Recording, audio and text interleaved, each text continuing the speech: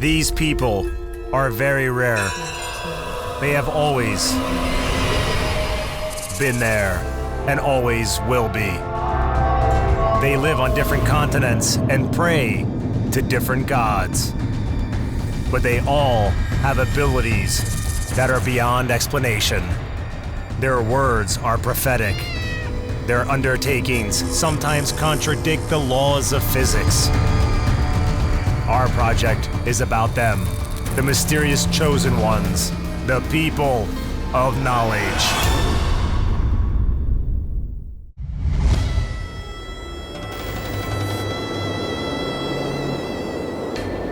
Kazakhstan. Infinite stretches of scorched steppe, herds of fast-moving horses, an islet of camel's thorn. Waves of wind push feather grass towards the dry and cracked ground.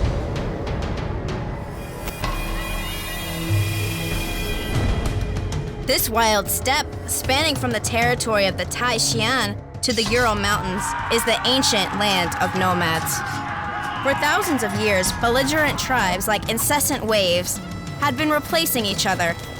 Scythians, Huns, Turkish peoples, hordes of Genghis Khan, and Tamerlane. Steppe villages, located far away from huge modern cities, are inhabited by shepherds. Pagan rituals and beliefs here are so intertwined with nomadic lifestyle that they didn't disappear even with the advent of Islam. To this day, the wild energy of ancient tribes continues to live in local rituals. Shocking, frightening, and unchanging, like the folk believe in the magical power of the baksy, fierce shamans of the wild steppe.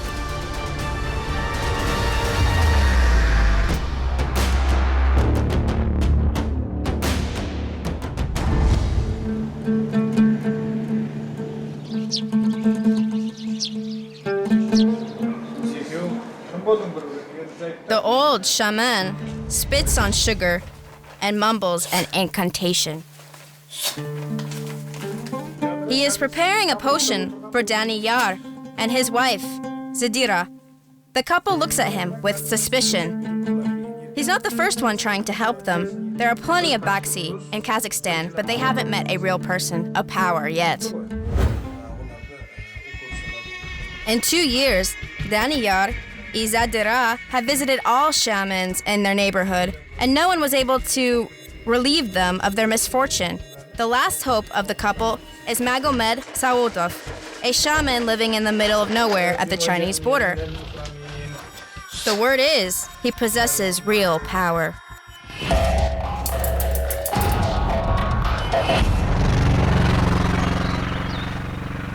Daniyar and Zadira moved into the shepherd station straight after the wedding. The young shepherd has found a job and a home here. Zadira was not put off by the desolate place, the whole population of which amounts to a couple of gloomy shepherds. At Daniyar's side, she found the happiness of the down-to-earth life, albeit in an abandoned house.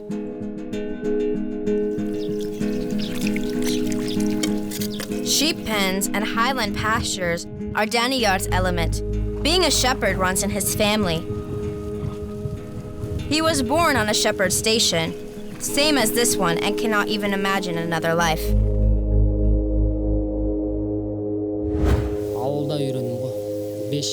At the end of the 5th grade, I already started to help my father on a pasture. He taught me everything about horses, how to diagnose a sickness by a horse's breath, how to tend to these animals without wearing them down or getting exhausted yourself. By the 10th grade, I became a real shepherd. Despite being young, Daniyar is an experienced wrangler. He is good at breeding strong and beautiful racers. His treatment skills can make any veterinarian jealous.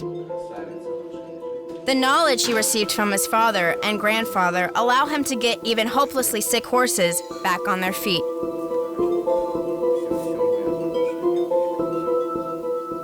This young mare had been bitten by a snake. Usually this leads to a horse dying in a matter of 2 hours, so veterinarians recommend killing the animal as soon as possible. But Daniyar managed to save this slim beauty. Now she's learning how to walk again. 1, 2, and up. She's being lifted 3 times a day to prevent bed sores. Daniyar keeps his treatment methods a secret. Who knows, maybe he also uses shaman rituals. It's not uncommon for Kazakh sheep herders. But in the face of his family's misfortune, Daniyar is powerless. Doctors are also at a loss. Every time Zadira gets into the 6th month of her pregnancy, she miscarries. First time it happened 2 years ago in the winter. Zadira had just returned from the city where she had a sonogram. The woman was cooking dinner in high spirits when she suddenly experienced a sharp stomach pain.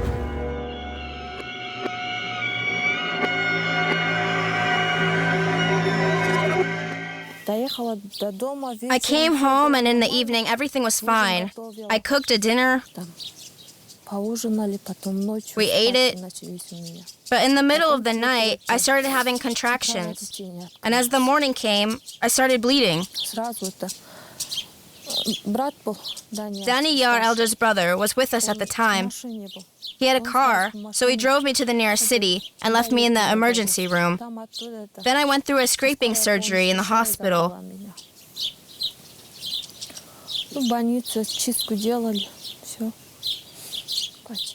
They told me that the child had been growing for the first 3 months,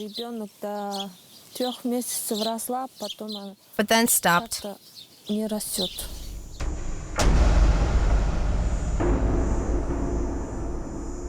The doctors were able to determine the child's sex. It was a girl. According to local customs, even a stillborn child has to be given a name before burial, and that's what Daniyar did.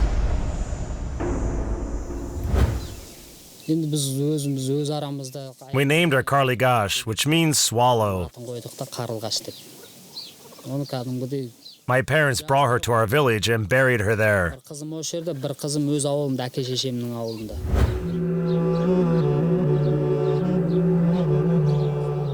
We are going to have another baby, Daniyar was telling Zadra. After what happened, she gradually started to recover. The worst part seemed to be over. I was going through a lot, but I never showed it to anyone. Of course it was difficult. Daniyar knew that Zadira was still feeling the pain of losing her child. He was trying to support his wife the best he could. It was really tough on her. Whenever she heard someone talking about children, she started crying. Even seeing kids on TV was enough to upset her. I was doing my best to console her. It was really hard to see her suffer.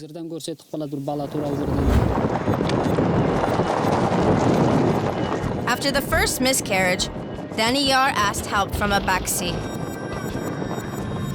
In this family, it's the husband who believes in the magical abilities of shamans, not the wife. Zadira is more skeptical. I don't believe in that, but my husband insists on going to the baksy all the time.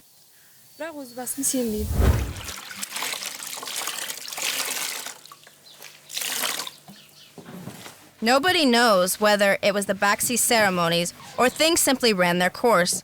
But in spring, Zadira gave Daniyar good news. The caring husband relieved her of all house chores. But a half year later, it happened again. A sudden stomach pain and miscarriage.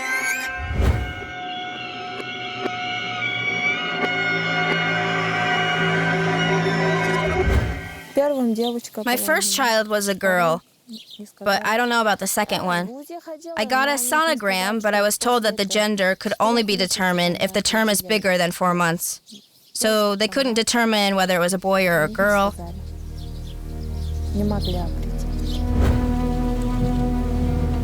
Doctors couldn't find out why Zadira cannot carry a child to full term. Both her and her husband are young, strong, and healthy. We must have been hexed, concluded Daniyar. He knows all too well that some baksy don't shy away from black magic.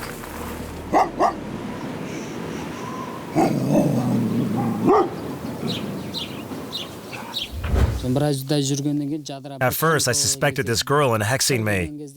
We had been dating for several years since school before I married Jadira.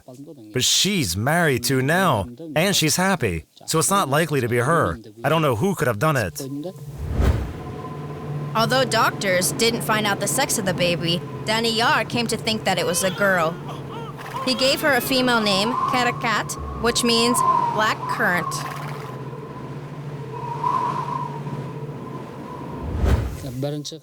I named my first daughter Karligash, a swallow. And in the mountains, swallows always sit on blackcurrant shrubs and eat berries. I wanted both of my daughters, Karakat and Karligash, to be inseparable. Daniyar has buried his unborn daughter several kilometers from the sheep pen.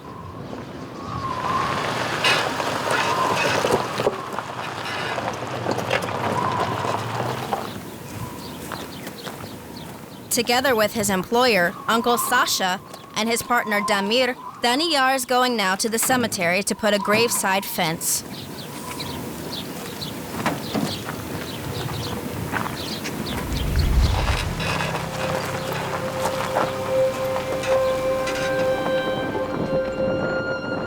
The old cemetery has been closed for a long time. Burying is not allowed here, but the director made an exception for Daniyar. The small grave for Karakat does not take much space. In rushing here, Daniyar forgot to take a shovel. He ended up using an iron fragment of someone else's fence that he found lying on the ground. Uncle Sasha and Damir step aside to leave Daniyar alone with Karakat and his thoughts.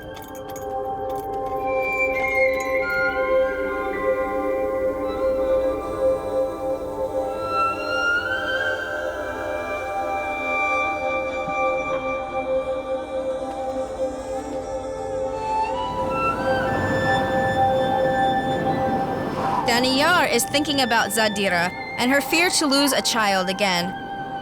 Could they get help from a baksy, Magomed, he's heard so much about? Could the baksy find out why they are so unfortunate in trying to start a family?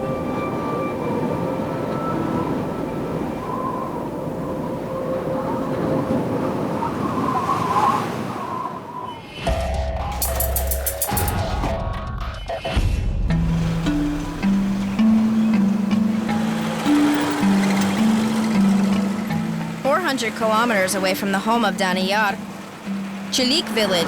Here at the Chinese border live the Uyghur people. Baksy Magomed is one of them. Magomed has made an appointment with his fellow villager, Rinat, at the gate to the old cemetery. The young man is carrying a white shroud, burial clothes for a dead person. The baksy takes the young man to the center of the cemetery. Lately, Rinat has been suffering from nightmares. The ritual of wrapping in the shroud is supposed to get rid of them. Imagine your own funeral, goes the instruction. The baksy takes several steps back and starts saying a prayer, which usually precedes burial.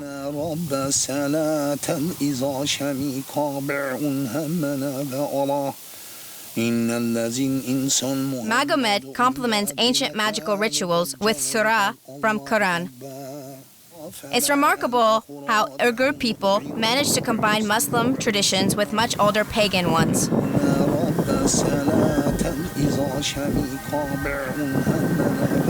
The goal of these proceedings is to make a person face his fear, thus driving it away. Magomed believes that evil spirits, shaitans, are haunting Rinat. We'll leave him alone upon seeing him on a cemetery wrapped in a shroud.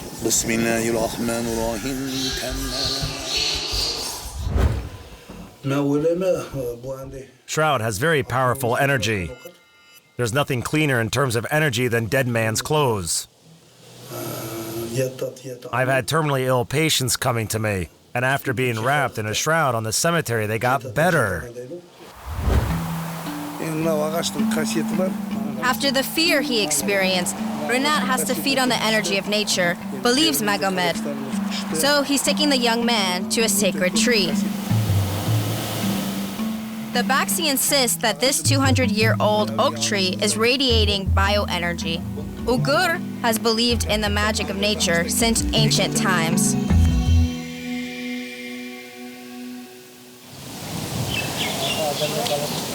The sick and suffering come to Magomed's house from all over Kazakhstan. It has always been like this. To recover from an illness, to become richer and happier, you need to go to a baksy. People believe that all Magomed's prophecies come true.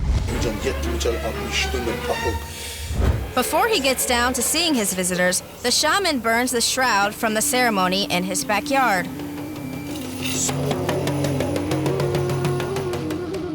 For Magomed, people he's never seen before are like open books. The baksy gives reading with the help of the kumalaki.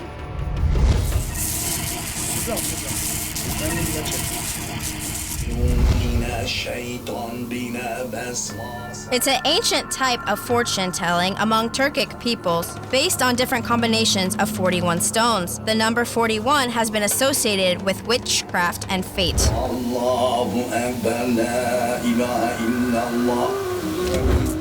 A squad of 40 people plus one hero, that's the staple of Turkic epic narratives. Also, the ancient Turkic calendar consisted of 9 months, each lasting for 40 days, with additional days of timelessness. Magomed put kumalaki in 3 piles. They represent the past, the present, and the future of a person in front of him.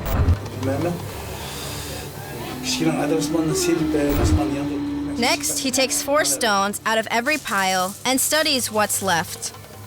An even number of stones bodes well, while an odd number promises trouble. The remaining stones are arranged in a vertical column. The top stone, bus, head, describes a person's mind and thoughts. The middle stone, kol, or hand, represents material possessions in terms of prosperity and poverty. The bottom one, ayak, leg, stands for road and traveling. Magomed receives up to 40 people a day, including those who don't believe in his powers and call him a nutcase.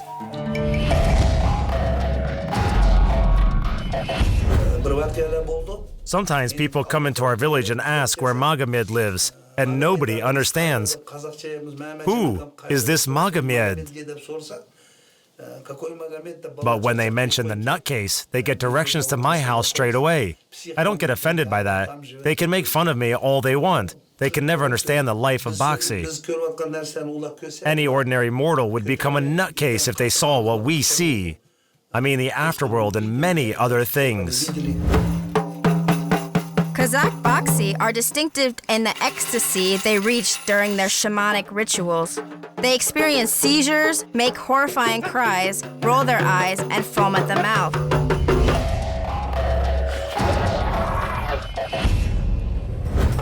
Nobody expects anything different from them, as in these moments, baksys are possessed by helping spirits. Magomed doesn't take money for his help, and those who do are charlatans in his eyes. For all the time and energy spent, he doesn't get anything in return.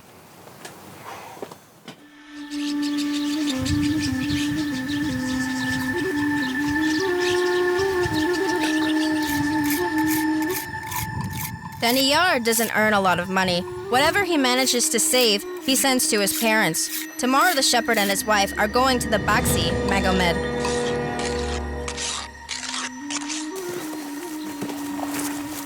And that's a good reason to kill a sheep and make a good dinner out of it.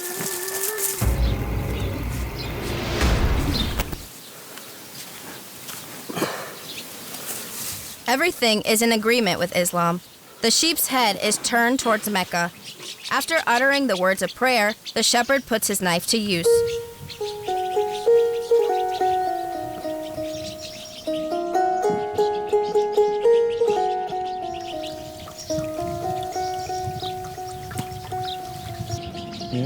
Daniyar is dressing the carcass. The guts are unloaded into a bowl. They will come in handy later. When the time comes, the intestines will be filled with horse meat to make the traditional sausage called kazi. Having finished with the carcass, Daniyar is saddling up his horse. He wants to check up on his herd.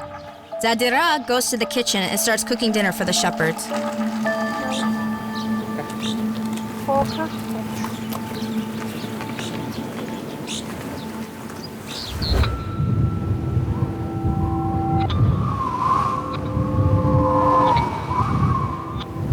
3 days on, 3 days off. That's Daniyar's work schedule. During his free time, the livestock are tended to by his co-workers, but he drops by the pasture even on his days off. Daniyar is a senior shepherd, and he's the only one to answer to his employer for keeping the animals safe. The biggest shepherd's enemies are wolves and horse thieves. Both are not a rare sight in the steppes. That's why the wranglers have to constantly stay on alert. Half of the horses under Daniyar's care are spotless white. In nature, this doesn't occur very often. Snow-white racers with blue eyes are more expensive than regular horses. Developing this breed took 15 years. For the last 3 years, the selection has been in Daniyar's hands.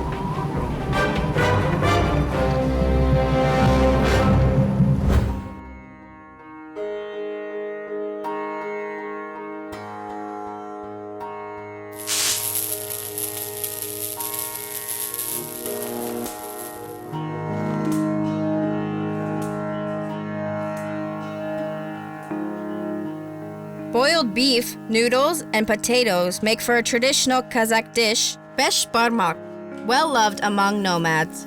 That's what Zadira decided to cook for dinner.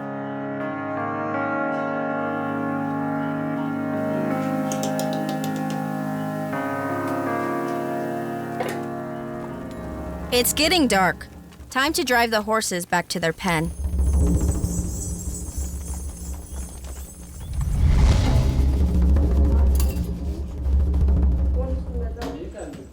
Besh Bamak is getting cold already.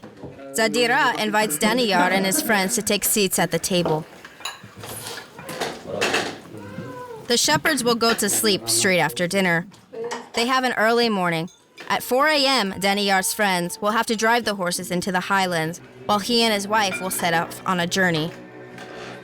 Their destination is a remote village on the Chinese border where shaman Magomed lives.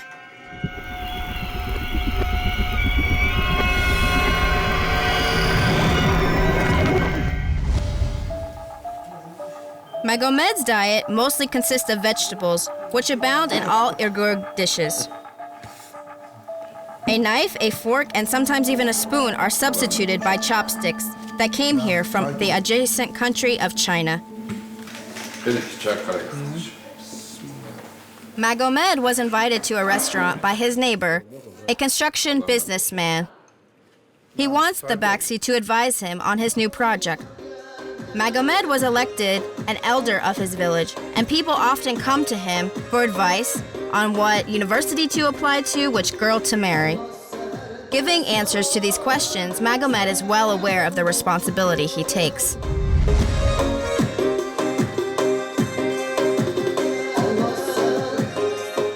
Not even having finished the conversation, Magomed breaks into a dance. It has been noticed that shamans cannot sit still when hearing music, especially if it's an Uyghur tune. It is believed that music attracts spirits. Almost all shaman rituals on our planet are accompanied by some sort of rhythm, an essential condition for the shaman to reach ecstasy. Magomed's unpredictable behavior doesn't bother anyone. On the contrary, weirdness is indicative of the shaman's quality.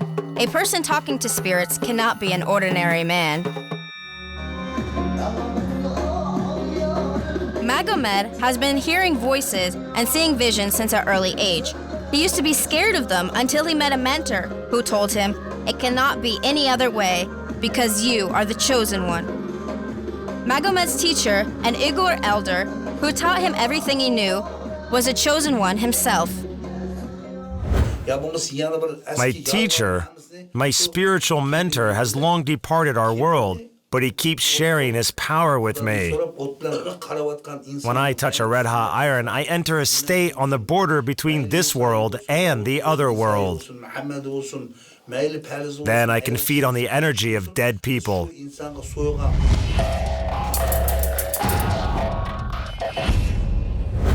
During the sowing season, Baksy Magomed is often seen out in the fields. Villagers believe that his incantations and prayers are a guarantee of a rich harvest.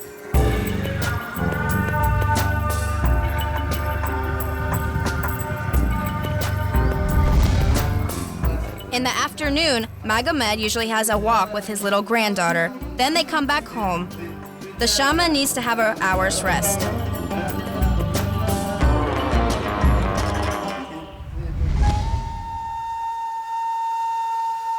The interior of Magomed's house is in full agreement with feng shui. This theory claims that all stuffed wild animals on the walls fill the house with powerful energy. Although it is not advised to keep them in the bedroom, the word is that they can cause nightmares. This wolf is a totem of Turkic people. I like having a rest on this hide. It gives me strength. A kind and caring grandpa with an accordion in his hands. That's how Magomed is known to his family. They have never seen his other face, distorted in a beastly grimace. When in a trance, Magomed starts rolling his eyes and growling.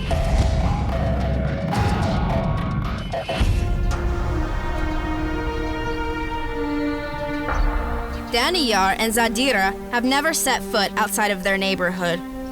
But now they have to cover 400 kilometers. For a family of ordinary shepherds, it's like traveling to another planet. They know very little about Igor, only that their ways are very different from those of Kazakh people, and that living among them is a baksy who might be able to help them.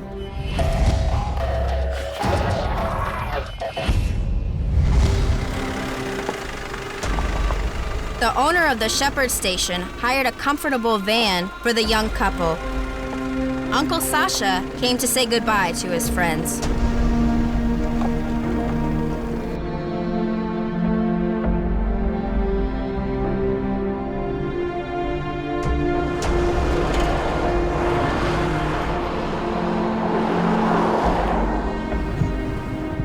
Astounding beauty of their native land is of no interest to Daniyar and Zadira. All their thoughts are focused on the shaman. What kind of person is he? Will he agree to see them? And in what language are they going to communicate?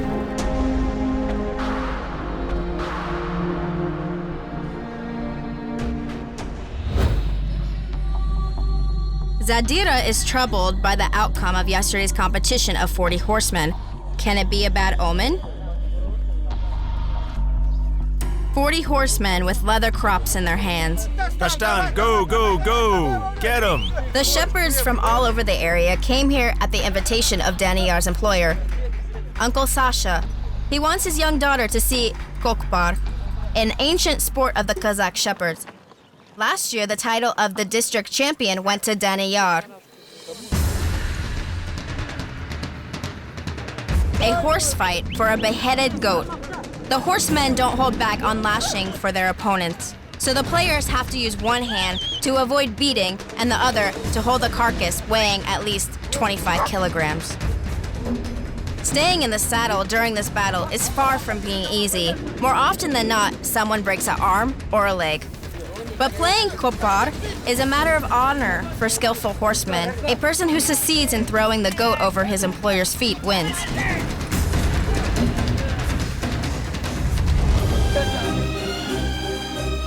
This time, luck wasn't on Daniyar's side. A guy from a nearby village has bested him and everyone else.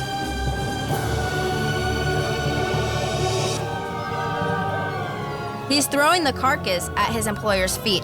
Now he's entitled to a monetary reward.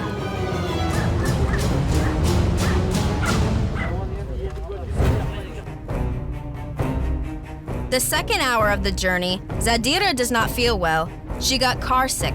She's not used to long drives, even if it is in a comfortable van. If you want to, we can go back home, says Daniyar. But Zadira replies that she is fine.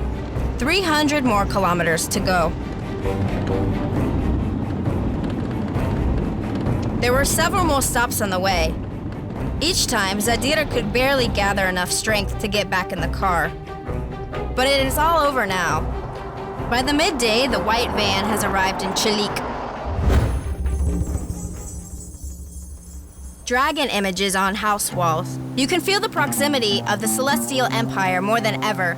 Çelik is a mix of three cultures: Chinese, Kazakh, and Uyghur. Daniyar and Zadira quickly find the shamans' home. Finding a common language with the baksy turned out to be easy. He knows Kazakh. The shaman tells Daniyar and Zadira to go to the small building where he usually sees visitors. Daniyar has only started to talk about his problem when the shaman interrupted him and continued the narrative himself. I know what brought you here. By interpreting the Kumalaki, he told the young couple the story of their life, mentioning facts that only they could know.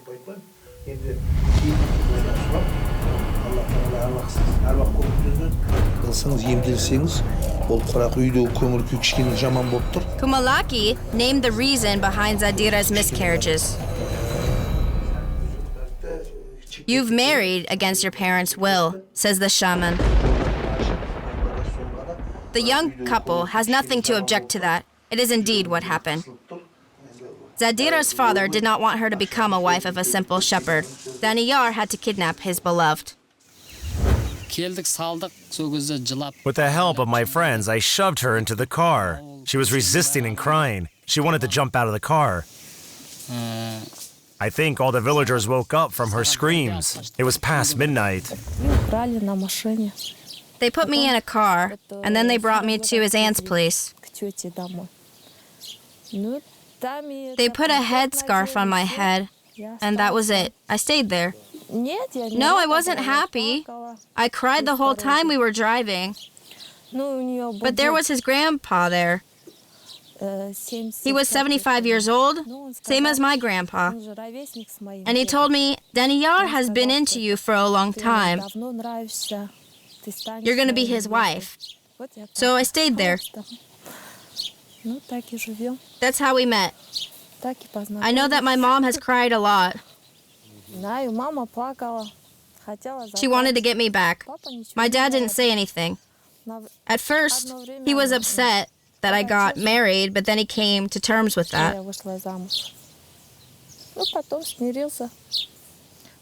My dad didn't like me marrying so early. I was 22 at the time, and he thought I'd marry at 25 or 26. But later he made his peace with it. According to the shaman, by marrying without parental blessing, Daniyar and Zadira brought shaitans into their life. And although Zadira's father made his peace with what happened, evil spirits continue to wreak havoc.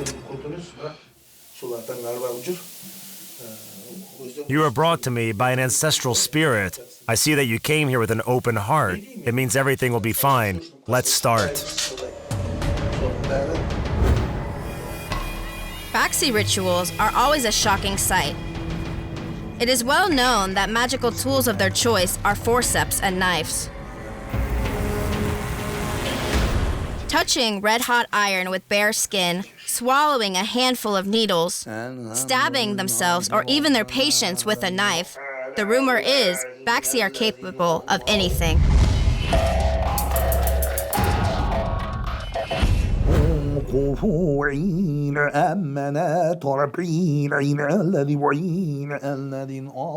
Whereas ethnographers explain these practices with profound knowledge of hypnosis that allows shamans to black out pain and make spectators believe in any reality. Locals know beyond any doubt that this is a display of supernatural powers.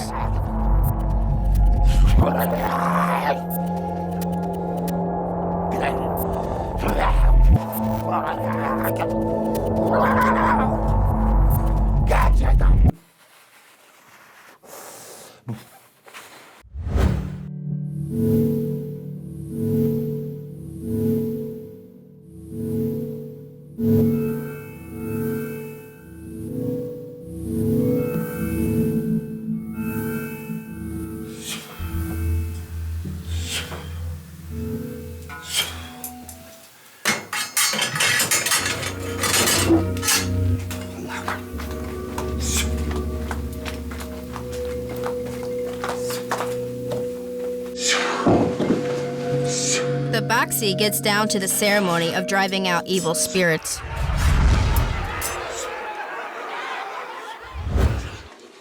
An egg is a symbol of new life. Like a sponge, it soaks up all the negative energy from a person. In Chinese spiritual practices, eggs represent the energy of creation.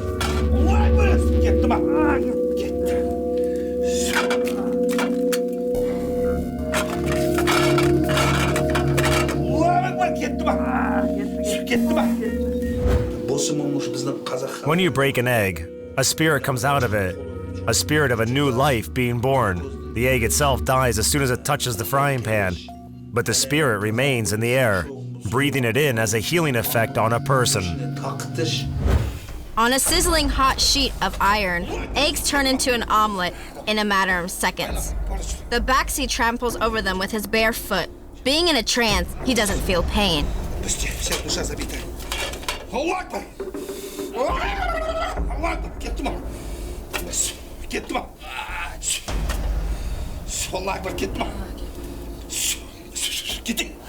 Did your misfortunes go away?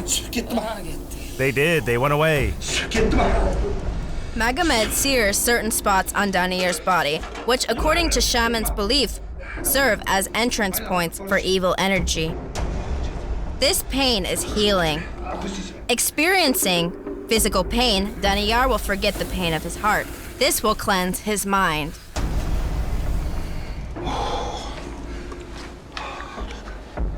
Zadira watches her husband, apprehensive of what is waiting for her.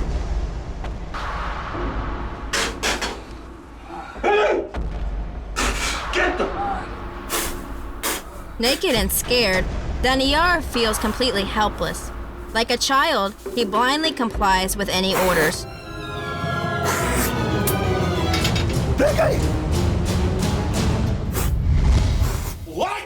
Tongue!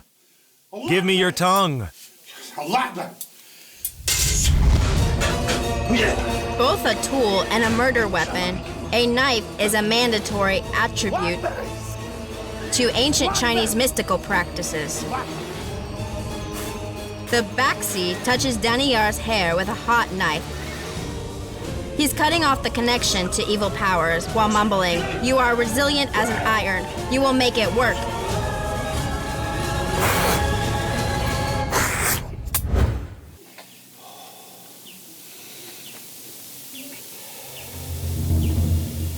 The ritual is over.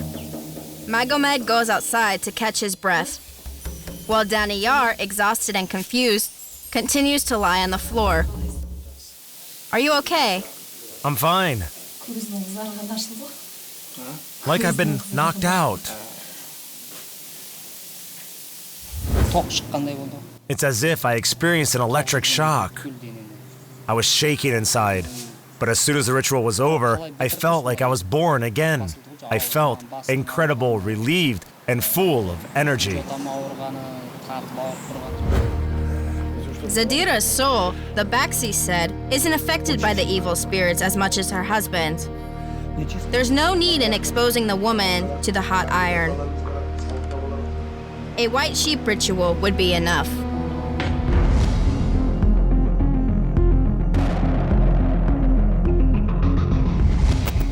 The only thing needed for the cleansing ritual is the lungs of a young sheep. Always pale pink in color, they are supposed to absorb the power of evil spirits that plague Zadira's life. If everything goes well and the cleansing works, an impossible thing will take place. Pink lungs will instantly turn black. The butcher takes out his knife. Magomed is saying the prayer.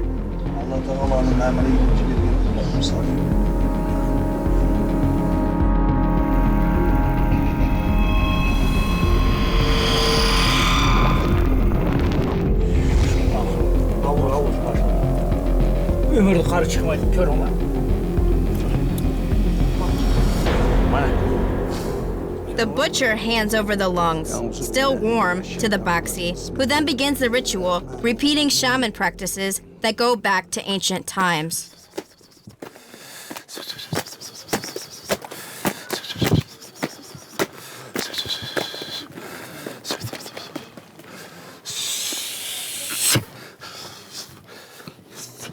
Completely covered in blood, Zadira patiently takes the slapping.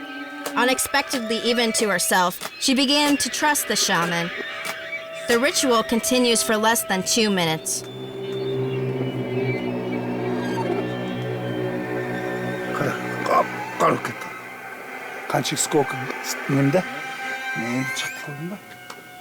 The shaman hangs the lungs on the fence. Immediately, they start turning black.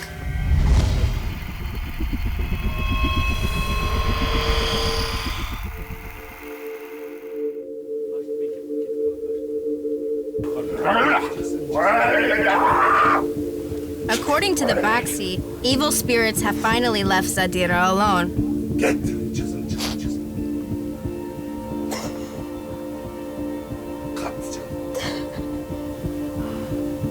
The woman breaks into tears. It seems that she is finally relieved of her fears and believes that from everything now on, it will work out for the best. Pumalaki say that Daniyar and Zadira will soon become parents. But at that moment, the thoughts of the young couple are elsewhere.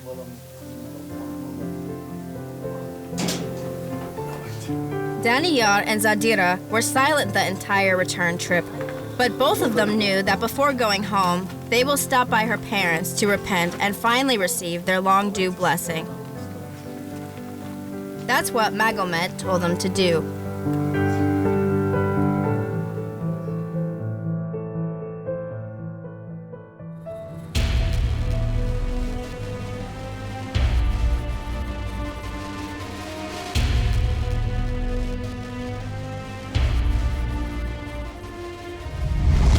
Generation after generation, year after year, the landscape doesn't change. Only sexile shrubs and lonely mountains amidst the vastness of the steppe.